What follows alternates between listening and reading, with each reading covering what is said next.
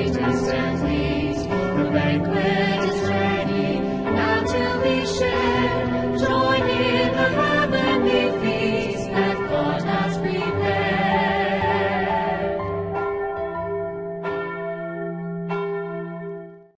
Selamat pagi semuanya, para student yang terkasih. Saatnya sekarang kita akan mereview bahan pembelajaran kita, di mana nanti kita akan mengadakan penilaian akhir semester. Maka untuk itu marilah kita awali dengan doa. Dalam nama Bapa, Putra, dan Roh Kudus. Amin. Tuhan yang Maha Baik, kami sungguh bersyukur atas berkat yang Engkau berikan kepada kami. Teristimewa Tuhan, selama 1 semester ini kami telah belajar bersama, berproses bersama, sehingga kami memperoleh nilai-nilai untuk membangun, mengembangkan iman kami. Maka Tuhan hadirlah pada saat ini, supaya kami semuanya bisa memperoleh kebaikan dan perkembangan pengetahuan, sehingga semakin mendalam cinta kami, iman kami terhadap Engkau. Tuhan, terpujilah nama-Mu, kini dan sepanjang masa. Amin. Dalam nama Bapa, Putra, dan Roh Kudus. Amin. Nah, sudah jelas bahwa kita akan review, dan tentu itu adalah tergantung pada bab yang akan kita uji.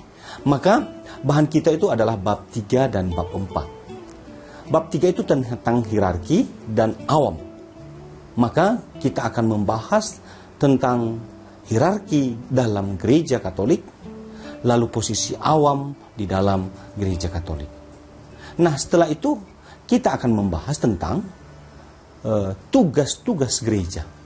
Nah, untuk itu kita hanya batasi pada 2 bagian. Tugas menguduskan, yaitu liturgia atau liturgia, yang cukup panjang babnya. Dan yang kedua adalah tugas mewartakan atau kerikma. Mari kita pelan-pelan akan memasuki bahan-bahan ini dengan baik. Sebelum kita masuk dalam beberapa contoh nanti soal HOTS atau bagaimana menganalisis soal HOTS, ya jadi tentu tidak semua soal HOTS ada beberapa persen, ada juga yang soal gampang, tetapi kita fokus kepada soal-soal yang membuat kita harus berpikir, menganalisis dalam tingkat lebih tinggi. Jadi soal HOTS itu memiliki beberapa kriteria. Nah, salah satunya itu adalah bahwa dibuat pengecoh yang baik, dan pengecoh yang baik itu harus homogen, ya, sama dia, lalu berfungsi, ya, berfungsi membuat memang para peserta didik untuk berpikir. Nah, tingkat kerumitan atau tingkat kesederhanaan, panjang dan pendeknya harus relatif sama dengan kunci jawaban yang sudah ditentukan. Maka sebenarnya ranah kognitif atau daya pikir yang akan kita gunakan, ya, kemampuan berpikir, ya, yang harus mencakup dalam HOTS itu adalah, ya, menganalisis, ya, mengevaluasi, lalu mencipta. Nah, maka untuk itu harus dapat menganalisis dengan baik atau mengevaluasi atau mencipta sesuatu. Itu sudah masuk dalam ranah kognitif yang tingkat berpikirnya lebih tinggi. Maka untuk itu, sebelum menjawab nanti pertanyaan-pertanyaan dalam PAS, ya, penilaian akhir semester, coba dulu analisis, coba dulu bandingkan, ya, coba dulu temukan sesuatu yang memang di situ ada kata kunci dari soal dan kata kunci yang harus menjadi jawabannya. Oke, mari kita belajar. Nah, sekarang Sir akan memberikan beberapa yang menjadi harus kalian review, harus kalian ulang memahaminya, dari bab 3 hingga nanti bab 4. Tentu kita akan singgung tentang bab 3 duluan, tentang hierarki. Hierarki, ya, sudah beberapa kali saya jelaskan bahwa kelompok yang ditahbiskan, itu kata kuncinya. Hierarki adalah kelompok yang ditahbiskan, yang menerima sakramen imamat, ya, itu kekhasannya. Maka orang-orang ini akan memiliki juga tugas khusus, ya. Nah, untuk itu mereka mulai dari tingkatan terendah, mulai dari diakon, imam, hingga tahbisan uskup. Nah, ini sakramen imamat. Maka sakramen imamat itu mulai dari yang tahbisan terendah itu adalah diakon, imam, dan uskup. Ya.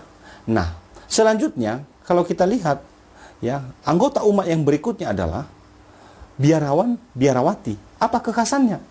Ya, jadi seperti ini yang harus diketahui. Kata kuncinya kalau disebut adalah biarawan, biarawati adalah kekhasannya adalah kaul, janji sucinya untuk hidup, ya, mengabdikan diri seutuhnya dalam penyerahan diri kepada Tuhan. Nah, yang ketiga, kelompok awam. Awam, ya, khasnya adalah karena dia tinggal di dalam dunia, bermasyarakat, maka keduniaannya yang menjadi kekhasannya. Berarti apa? Dia olah hal-hal yang duniawi ini, ya, seturut kehendak Tuhan. Nah, maka hierarki, biarawan, biarawati, dan awam.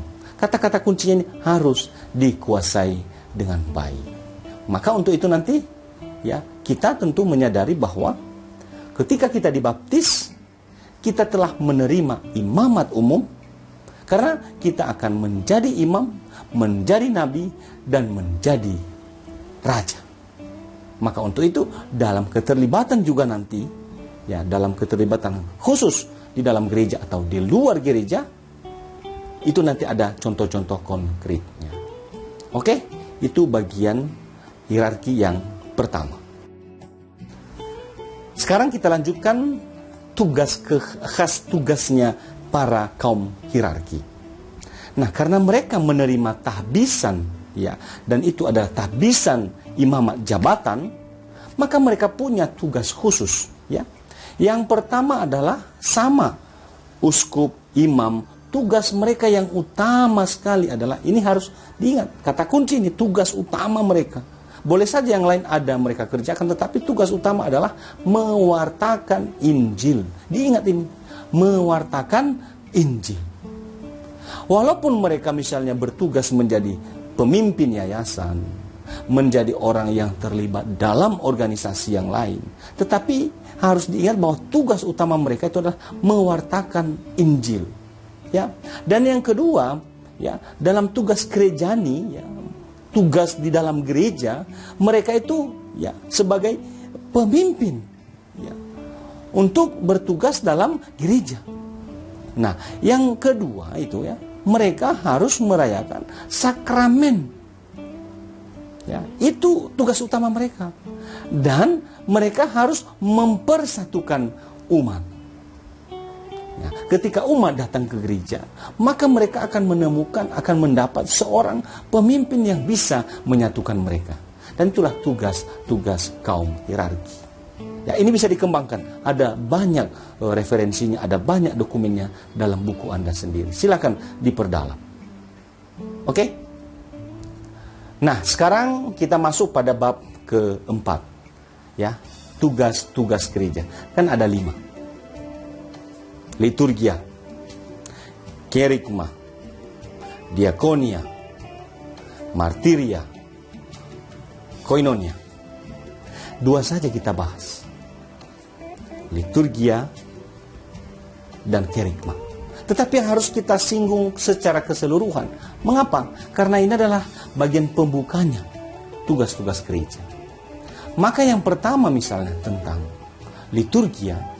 Nah, maka kita yang harus kita kuasai di sini adalah, ya, mulai dari pemahaman tentang doa resmi gereja. Dan yang kedua adalah tentang sakramen.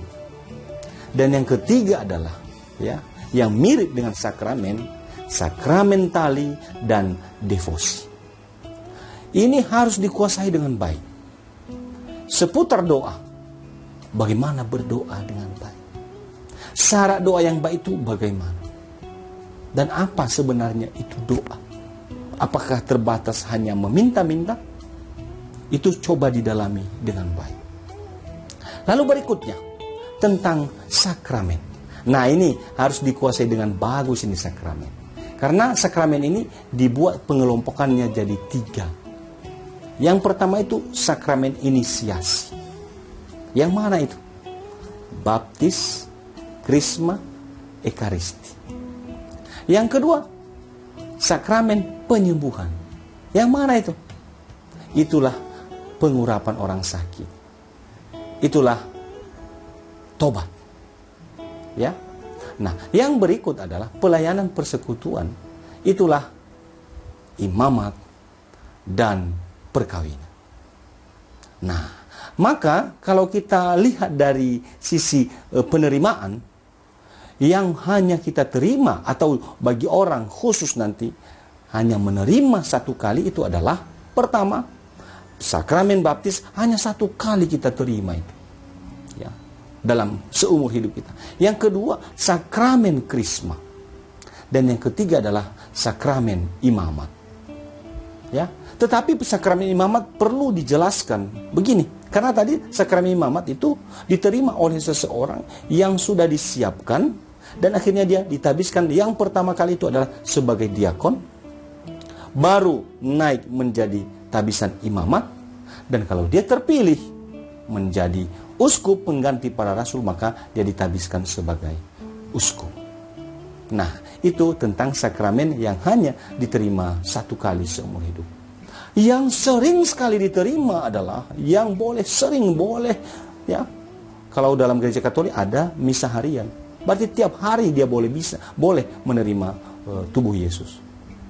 Yang pertama itu sakramen Ekaristi, dan yang kedua itu adalah sakramen tobat. Itu boleh diterima berkali-kali. Ya. Nah, yang ketiga adalah boleh diterima sesuai kebutuhan. Ya. Yang pertama itu adalah sakramen pengurapan orang sakit. Kapan? Ketika orang itu sudah memang berat sakitnya atau mau mengalami operasi besar. Ya. Ini akan menerima sakramen pengurapan orang sakit. Tapi apakah hanya sekali? Tidak. Ketika dia jatuh sakit lagi dan berat, dia menerima lagi. Sembuh lagi. Tapi kalau berat, dia bisa menerima lagi. Tapi umumnya kalau sudah terlalu berat penyakitnya, maka sakramen pengurapan orang sakit ini membuat dia menerima kondisinya, dan komuni yang diberikan kepadanya itu disebut viatikum, ya, semacam makanan dalam perjalanan menuju kepada Bapa. Ya. Maka yang kedua adalah perkawinan. Apakah boleh diterima beberapa kali? Sebenarnya hanya satu kali.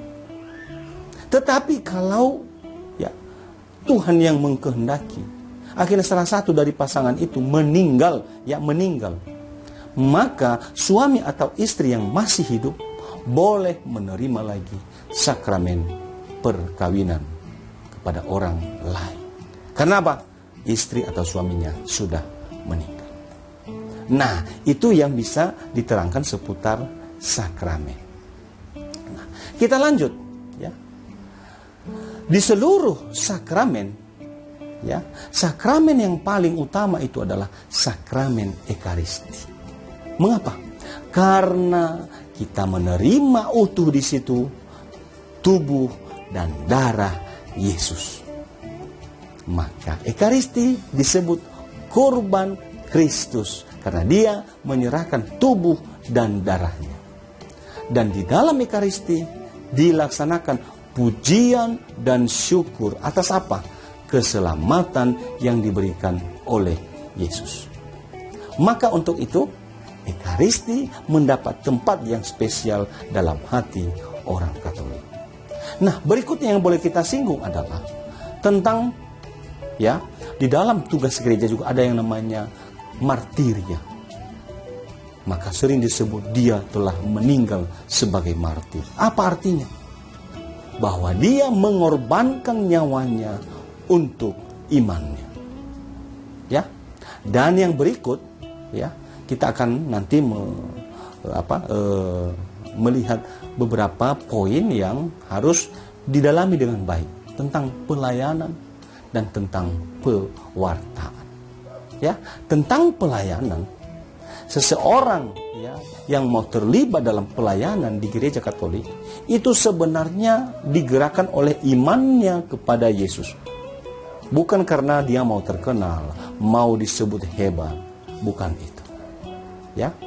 Dan untuk seorang pewarta, ya, ini harus diingat. Ini di kerigma ini, ya. Masuk kita ke kerigma, maka yang menjadi tekanan di situ adalah dia harus teladan. Dia harus bisa dicontoh. Dan dia bisa senasib dengan orang yang mendapat pewartaan. Ini tidak gampang. Makanya para pastor atau petugas khusus di gereja itu berat. Tetapi bagi orang yang menyerahkan hidupnya, dia akan melayani dengan bahagia. Nah, sekarang tentang kerigma, ya, lanjutan dari kerigma tadi, tugas mewartakan. Nah, ada beberapa syarat yang dalam pengajaran itu wajib ada. Pengajaran ini, karena ini adalah ajaran resmi gereja. Maka dia, syarat-syarat dalam pengajaran itu adalah bersifat otentik dari Yesus. Berarti apa? Ajaran yang diberikan itu betul-betul ajaran dari Yesus, bukan yang diciptakan oleh orang tertentu. Ya, harus asli dari Yesus sendiri ajaran itu. Yang kedua, ya, gereja Katolik itu, ya, menyatakan ajaran itu dengan tegas. Ya, orang Katolik mengatakan dogma, dan ajaran itu tidak boleh diganggu-gugat. Dan ajaran itu, ya, harus menyangkut iman dan kesusilaan. Dan yang terakhir, ajaran itu disepakati bersama. Maka umumnya itu para uskup berkumpul menyepakati bahwa inilah ajaran resmi gereja. Barulah ajaran itu boleh disampaikan kepada umat.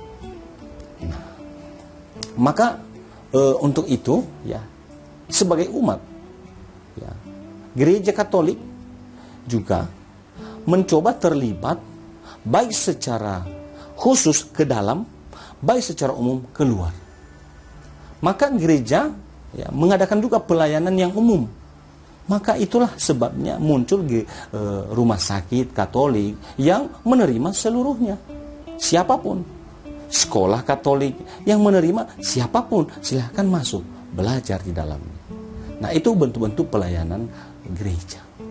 Nah, maka yang selanjutnya, ya, kalau kita lihat tentang tadi pewartaan tadi, maka ingat sekali lagi, orang yang mewartakan, baik hierarki ataupun orang-orang yang membantu kaum hierarki, seperti katekis, guru agama, yang menjadi patokan utama itu bukan soal ajarannya, tetapi bagaimana sikapnya menjadi teladan bagi orang yang menerima pewartaannya. Maka silahkan poin-poin yang saya tekankan ini, mulai dari bab 3 tadi tentang hierarki dan awam, ya, teks kitab suci yang muncul di dalamnya silahkan baca kembali. Begitu juga tentang tugas menguduskan dan tugas mewartakan. Maka saya yakin ujian atau evaluasi kali ini kalian semua pasti berhasil. Untuk itu silahkan tutup pembelajaran ini, review ini dengan doa. Tuhan Yesus memberkati. Amin. Join in the heavenly feast.